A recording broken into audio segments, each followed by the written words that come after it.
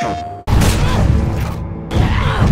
been about a year and a half since we showed anything from The Last of Us Part 2. In that time, we've really been kind of like heads down, quiet, because we want to make sure we have the proper time to do this game justice.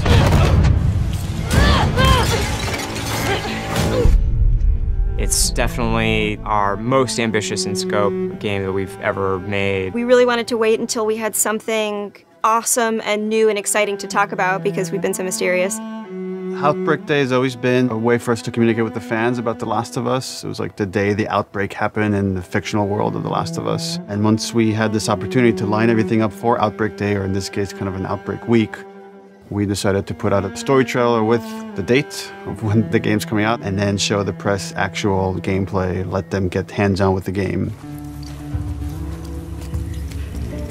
We're always trying to strike a balance of getting people excited for this game, show them a bit more of a glimpse of the themes this game is about, the cycle of violence, this idea of how far would you go to exact revenge to bring justice to the people you love. And then we also show that Joel is back and you get to see him for the first time. What the hell are you doing here?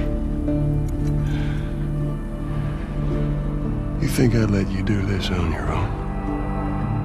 So we're coming into that first demo in wintertime where snow covers much of the ground, much of the buildings, all the surrounding areas. We see what's life like 25 years after a pandemic has wiped out most of mankind. We pick up Ellie, who was 14 in the first game, is now 19. She's living in the city, Jackson. Which is where Ellie and Joel have been living for the past 4 years in this sweet settlement. What we come upon is their regular day-to-day life. We're coming in on Ellie and Dina, her best friend, patrolling the outskirts of Jackson, looking for infected to clear out to keep the area safe. Ellie and Dina at this point have been friends for several years, but there's been underlying romance between these two characters. From the demo we put at E3, where you saw this festival and this dance, and these two characters kissed for the first time, this demo takes place the day after.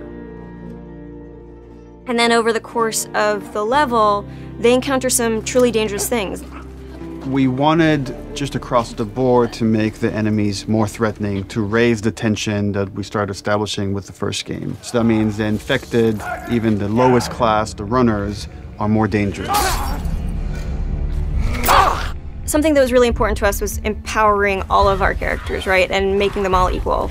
Ellie, as we saw in the first game, is incredibly capable, but this is a world where you need to be capable to survive, and we wanted to empower everybody. And the way that reflects in combat is, yeah, Dina is way more effective. So when we have Dina going out, while she may seem the less hardened character, she knows how to use a gun, she knows how to stealth, she knows how to kill a clicker as well as Ellie.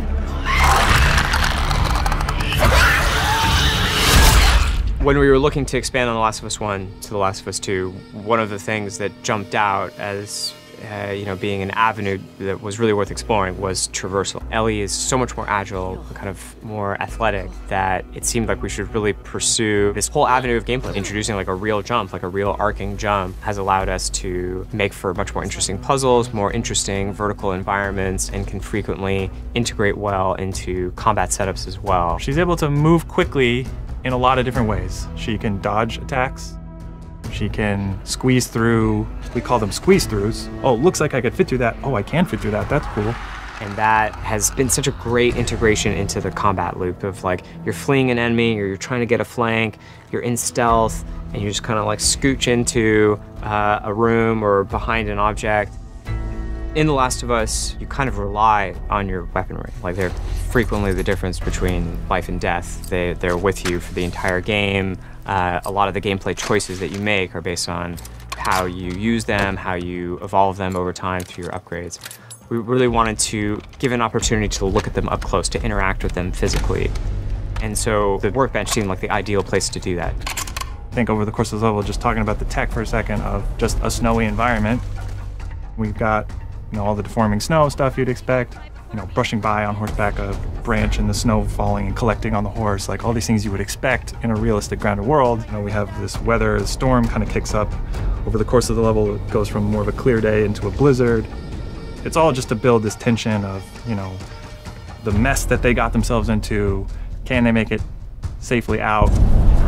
Dina, where are you? Eventually, they end up in this old abandoned library, and it's in this moment where Dina really pokes and wants to get the ball rolling on this flirtation, wants to bring down Ellie's walls. And they kind of reveal to each other how much they like each other.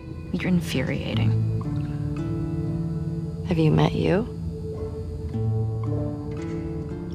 And then we have a second demo that the press played that's like much later in this story where Ellie has started going down this road of revenge. She finds herself in Seattle, pitted against this group that controls the city.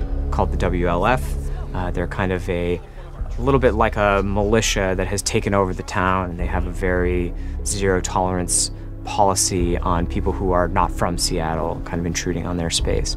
And she hears over the radio that a male trespasser has been spotted, and she knows that the WLF are closing in on him. And so we find her negotiating this abandoned hillside suburb. And she's running into this new enemy type of guard dogs that the WLF are using. Dogs have a new sense of perception to bring to the table, which kind of puts this really interesting wrinkle on stealth gameplay, where so far you've been dealing with sight and sound, trying to stay out of sight, trying to move slowly to be quiet. But now with enemy dogs, you have to worry about them picking up your scent trail. If you go into listen mode, you can see, we have a visualization of that scent, so you can see like when the dog is sniffing you and where it's going. You can throw bottles to distract the dog off of your scent, and it just adds this extra tension. The second part of the demo, even though you're fighting mostly human enemies, we're introducing one of our new infected classes, the Shambler. And the Shambler is kind of a lumbering, tankier enemy that can take a lot of punishment. They'll kind of chase you down and try to get towards you and then burst and leave behind one of these lingering, corrosive clouds. In the demo, we have this mini boss fight, and that class happens to be a stalker. It's a class between runners and clickers. It's a class that can hide and run away, and we wanted to do a lot more with them in this game. And because we have this evade mechanic, you can kind of go toe-to-toe with someone, and we can have these boss fights that we weren't able to have before. So you guys can go back and forth and exchange combos and evade each other and slam each other onto like desks, and we can now render all these physics objects, and it's all done in service of just grounding you more in this world, making you more immersed in this fight and feel like Ellie's barely surviving by the edge of her abilities.